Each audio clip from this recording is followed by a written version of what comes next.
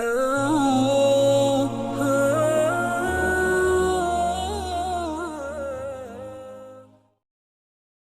اللہ الرحمن الرحیم۔ گزشتہ پروگرام میں ہم نے آپ کو زکوٰۃ کی اہمیت، فضیلت اور ضرورت کے بارے میں بتلایا تھا۔ آج کا پروگرام اسی سے جڑا ہوا ہے کہ زکوٰۃ کن لوگوں پر فرض ہے، کن لوگوں کو ادا کرنی چاہیے، کن کے اوپر زکوٰۃ دینا فرض اور ضروری ہے، کیونکہ زکوٰۃ اسلام کا ایک بنیادی رکن ہے، ایک اہم حصہ ہے۔ جو شخص زکوٰۃ کا انکار کر دے وہ کفر تک پہنچ جاتا ہے، دائرہ اسلام سے خارج ہو جاتا ہے۔ اس لیے بہت ضروری ہے اس چیز کا محاسبہ کرنا کہ آیا ہمارے اوپر زکوٰۃ فرض ہے یا نہیں۔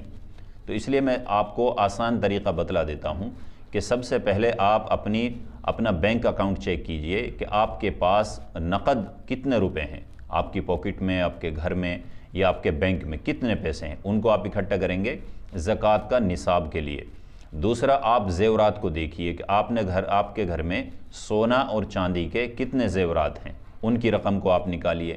تیسرا، جو آپ نے قرض دے رکھا ہے کسی کو، جو آنے والا ہے، 1 مہینے میں، 1 سال میں، 2 سال میں، 6 مہینے میں، جتنے دن کے لیے بھی آپ نے قرض دے رکھا ہے اور وہ اب واپس آنے والا ہے، ملنے کی امید ہے، تو اس قرض کو بھی اس میں کاؤنٹ کیجئے۔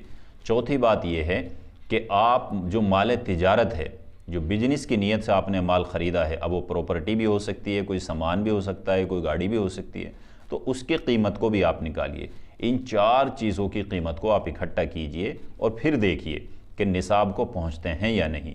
یعنی اگر ان 4 چیزوں کی قیمت ملا کر کے اتنی ہو جاتی ہے کہ آپ 52.5 تولہ چاندی یا 7.5 تولہ سونا یا ان میں سے کسی ایک چیز کو خرید سکتے ہیں، یا ان میں سے کسی ایک چیز کی قیمت کو آپ کے پاس جمع شدہ قیمت پہنچ سکتی ہے، تو آپ کے اوپر زکوٰۃ فرض ہے۔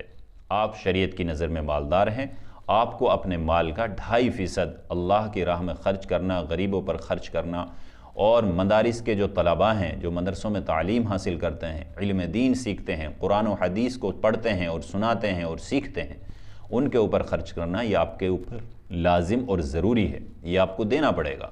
کیونکہ ایمان کے بعد جس طریقے سے اللہ نے نماز کو فرض کیا، روزوں کو فرض کیا، ایسے ہی مالداروں پر زکوٰۃ کو فرض کیا ہے۔ کوئی فرق نہیں ہے دونوں میں، یاد رکھیے گا۔ یہ 5 بنیادی ارکان ہیں اسلام کے۔ تو اگر آپ نصاب کو پہنچتے ہیں تو آپ کے اوپر زکوٰۃ دینا فرض ہے، یہ اللہ کا قرض ہے، یہ آپ کو دینا ہی پڑے گا۔ اللہ پاک ہم سب کو ان تمام باتوں پر عمل کرنے کی توفیق عطا فرمائے۔ تو آج ہی سے آپ حساب لگائیے، اور سنیے، ایک بات اور سنیے کہ زکوٰۃ صرف رمضان میں نہیں بلکہ آپ پوری سال میں کبھی بھی دے سکتے ہیں۔ زکوٰۃ اس مال پر آتی ہے جو آپ کے پاس بچا ہوا ہے، جو آپ نے کمایا ہے اس پر زکوٰۃ نہیں ہے، جو آپ کے پاس بچا ہوا ہے اس میں سے آپ کو 2.5% دینا ہے۔ دوسرا، زکوٰۃ سال گزرنے کے بعد آتی ہے۔ آج آپ کے پاس مال آیا ہے تو کل زکوٰۃ فرض نہیں ہوگی، 1 سال گزرنے کے بعد زکوٰۃ فرض ہوگی۔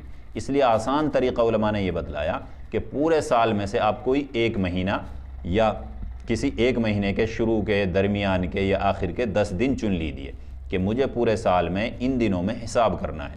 اور بہترین ایام، بہترین دن رمضان کے دن ہے، کیونکہ اس میں نیکی میں اضافہ ہو جاتا ہے، ہر نیک عمل 70 گنا بڑھ جاتا ہے۔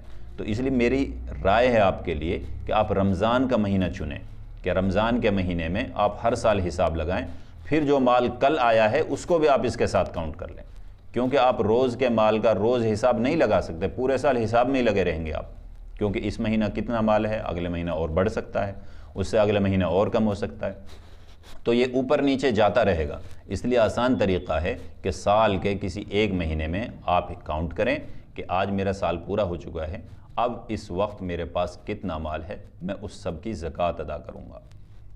اللہ پاک ہم سب کو عمل کرنے کی توفیق عطا فرمائے۔ وآخر دعوانا